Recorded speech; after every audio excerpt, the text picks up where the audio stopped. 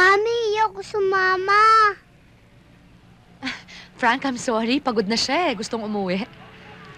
Sama ka na. Baka naman kung ano-ano ang itinuturo mo sa bata. Excuse me.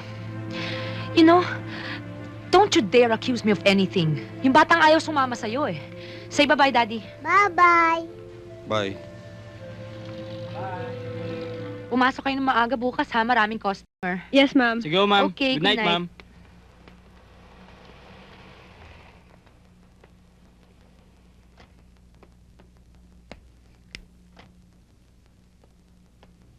Tinatago mo ba anak ko? Hi, Frank. Ba't ko na may tatago? Sinundo ko siya sa eskwelahan. Hindi daw pumasok.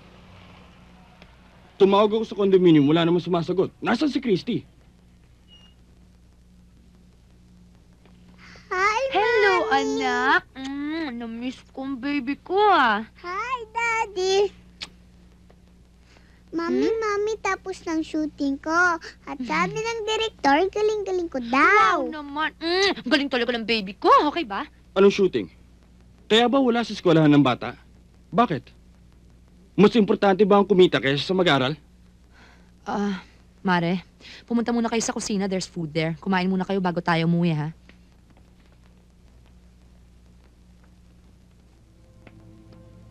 Odette! Odette, ano ba? Sumali siya sa commercial dahil naipit ang kanyang ninang Leleng na siya lang napag-iiwanan ko sa bata pag walang pasok. Siya lang naasahan ko, natatakbuhan, at siya lang nagtsatsaga sumundo kay Christy araw-araw pagkatapos ng klase. That's no excuse. Kinukuha ko ang bata para malagaan. Ayaw mo. Ngayon, kung kani-kanino mo lang pala pinapabantayan at pinagtatrabaho niyo pa sa ganung edad. Hindi nagtatrabaho si Christy. Eh, anong tawag mo sa paglabas niya sa commercial? Katuwaan. Pagligtas sa isang kaibigan. Kumakain pa siya ng mabuti, nag-aaral pa, nagbibihis pa ng malinis, ng maayos, nakatira sa isang disenteng lugar, kahit na hindi siya binibigyan ng sustento ng dakila niyang ama. Ang tatanggapin niyang pera itatago sa bangko sa pangalan niya para pag nasa college na siya at humina na ang kita ko at hindi pa rin ako tinutulungan ng daddy niya, hindi siya matitigil sa pag-aaral. Frank! Frank, sandali! Let's go. Baka wala na rin ng karapatan para sa weekend visit ko sa anak ko. Daddy, next week na lang. Hindi pa ako nag-repair ng mga gamit ko. Wala pa akong toothbrush, wala pa akong pangtulog. Bibili na lang tayo. O kung gusto mo yung sarili mong gamit, we can pass by the condominium. Mami, sabihin mo kay Daddy, dito muna ako sa'yo. Kasi marami akong kukwento sa'yo eh. Sasabihin natin sa daddy, ha? Daddy, narinig mo sinabi ng bata. Sa isang linggo mo na siya sunduin dito. You'll hear from my lawyer. Bye, Frank. Anak, upo ka muna. Sit down muna. Careful. Okay. Ay, naku.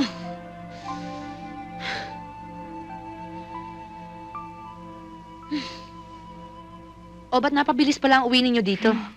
Eh, paano po? Ang galing-galing nitong inaanak ko.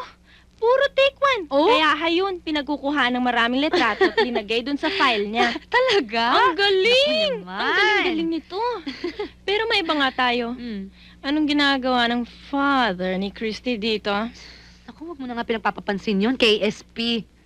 Mami, dapat mo makilala ang boss ni Ninang. Tall, dark, guapo, with plenty of nanak. He'll be nice for my second daddy. Saan mo natutunan? Anong pinagsasabi nito, ha? Eh, paano? Na love at first sight yung inaanak ko dun sa boss namin na crush ng buong opisina. Palagi ko nga, bulag yun eh. Paano? Pinupungay-pungayan ko. Kinekembot-kembotan ko. Hindi naman napapansin na beautiful ako. Minsan, sinama ko yan sa play. Wala naman apilang acting ko. Oh, anak, you heard Ninang, ha? Eh, di hindi papasa si Mama dyan. Hindi nga, Mami. Maganda ka nga eh. Sip-sip! Di ba love ka ni Mama? Anak, ayoko nagsasalita ka ng ganyan, ha? Kasi bata ka pa, ha? Kung hindi, lalagay kita sa oven, diditsunin kita. Hindi, joke lang. O, kiss na, mama. O, kain na tayo. Kain na. Kain na.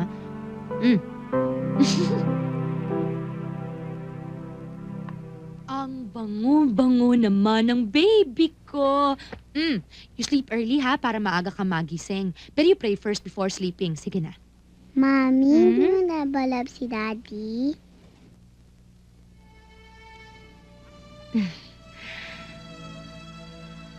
Alam mo, anak, ayokong magsinungaling sa'yo. Hindi ko na nga love si Daddy eh. Pero ikaw, mahal na mahal ka ng Daddy mo. Kasi kami naman ang may problema eh, hindi kayo, di ba? So, iba ikaw at si Daddy, iba yung si Mami at si Daddy. Bakit ba siyang naging daddy ko? Hindi naman rin niya ikaw mahal. Nagsasalita ba siya sa'yo ng masama? Ay, naku anak. Eh, kung yun ba naman ang ikaliligaya ng Daddy mo, eh, may magagawa ba tayo? Kasi, mga bata pa kami nun eh. Akala namin, pag-ibig na yung nararamdaman namin. Yung pala, hindi pa. Sabi ng classmate ko, ako daw illegitimate. Ano? Sabihin mo dyan sa classmate mo, oo, totoo yun, illegitimate ka, pero hindi mo kinakahiya dahil hindi mo kasalanan yun, ha?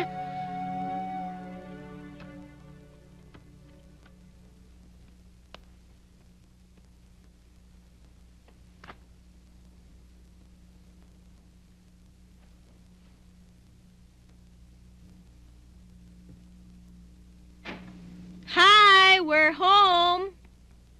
Mami, look ko sinong kasama ni Nina sa pagsusundo sa akin. Siya, oh. Ang aga mo ata. Kasi wala na masyadong tao sa gallery eh. Iniwan ko na muna si Lilian doon. Naglinis na muna ako. Siya nga pala, eto si Steve. Si Odette, mami ni Christy. Hi. Hello. Hi. Hello, nice to meet you. Hi, Odette. I'm glad to meet you. Sumama ako kay Leleng to personally thank you for allowing Christy to do the commercial. Alam mo, magaling siyang artista at may talent siya. Ha? Hindi ko nga akalain na maganda at bata pa pala ang mami niya. Thank you. Pasensya ka na sa ayos ko kasi naglinis ako eh. It's okay. Ninang, baba mo ko. Mami, dun tayo. Dun tayo. Ha?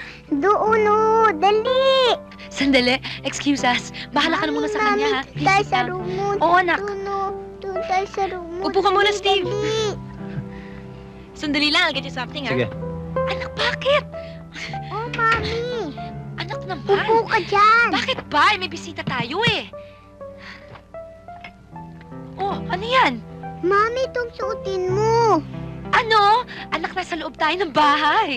Basta nakakaya sa bisita. Opo, sige po, isusuot na ni Mami. Naku, ikaw bata ka. Ano-ano ba pinagagawa mo sa akin, ha? Oli ka na, labas na tayo. Oh, noli ka na. Magpaganda ka muna, Mami. Dali, Mami.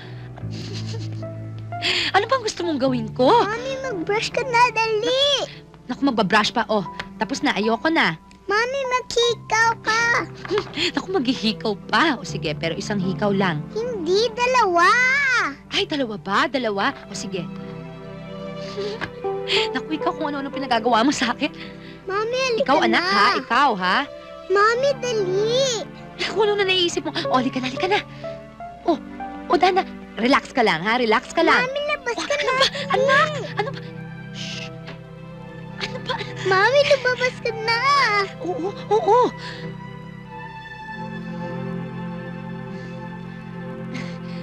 Eksakto hanggang tenga. Sit down, please. Maraming salamat ha kasi bagong experience yung natutunan ng anak ko. It's our honor. Thank you so much. You're welcome. Usap kayo, dali. Usap, nakakaisaman kayo. Usap kayo, dali. Usap.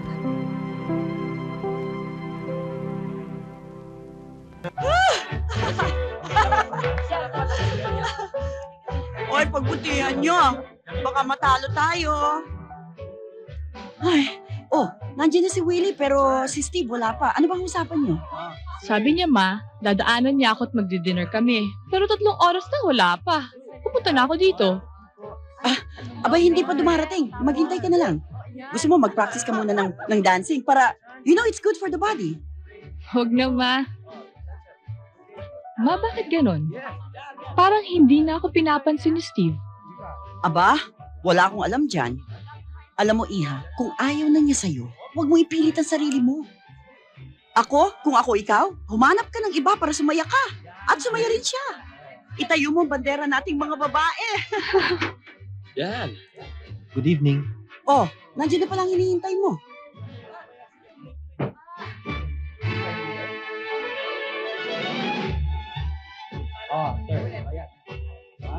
Okay. Good evening. Darling, kanina ka pa hinihintay ni Pachot. Oo nga, ano ka ba? Tagal-tagal mo. Kaya na pa ako naghihintay. Para na akong to dito. Excuse me, ma. Okay. Excuse me, ma. It's cha-cha time! Huwag mo sabihin busy ka na naman sa trabaho. Tumawag ko sa opisina, maaga ka raw umalis. Na nga eh. Galing nga akong Victory Consolidated kanina. Dahil delikadong mawala yung account namin doon. Ngayon, Tapos yung manager hindi pa kagad dumating. ano pang hinihintay mo? Tara na, mag-busy ka na at makalis na tayo. Pwede bang sa ibang araw na lang? Ano? Eh total pa magkasama tayo, lulutang din ang isip ko sa dami ng problema sa opisina. Tawagan na lang kita. Ay nako, sige na.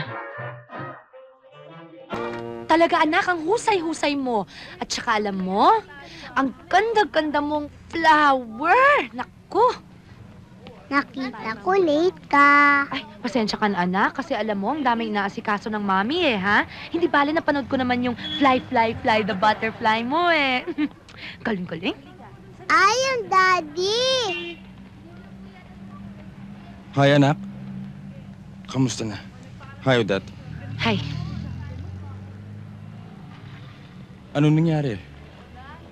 Hindi mo napanood ang program ko. Ang galing-galing ko, flower. Nahuli ang daddy Tapos na ba? Parati ka naman ganyan Okay. To make up for it, lalabas tayo at mag-ice cream. Ayoko, pagod na ako.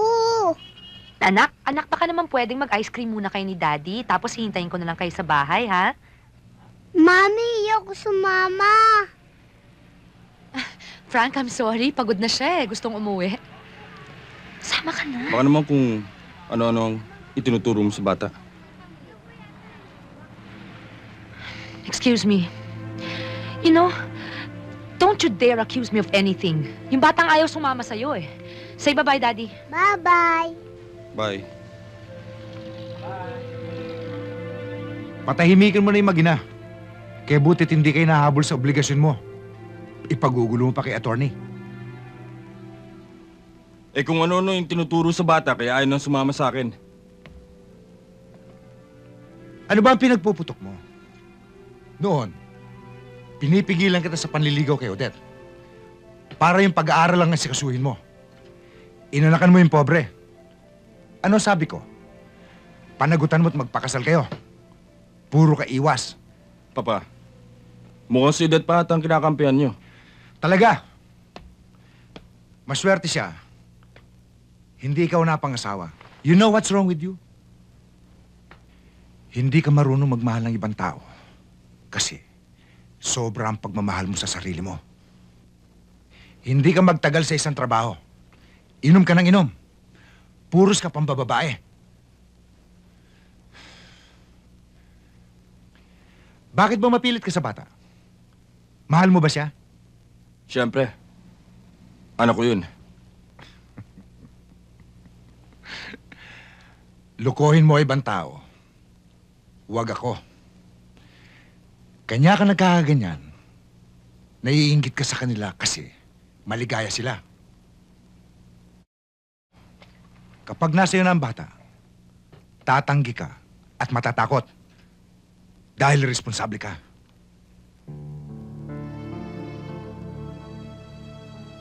Pabayaan mo na siya sa kanyang ina. pabayaan mo na sa kanya ang bata. Maligaya sila.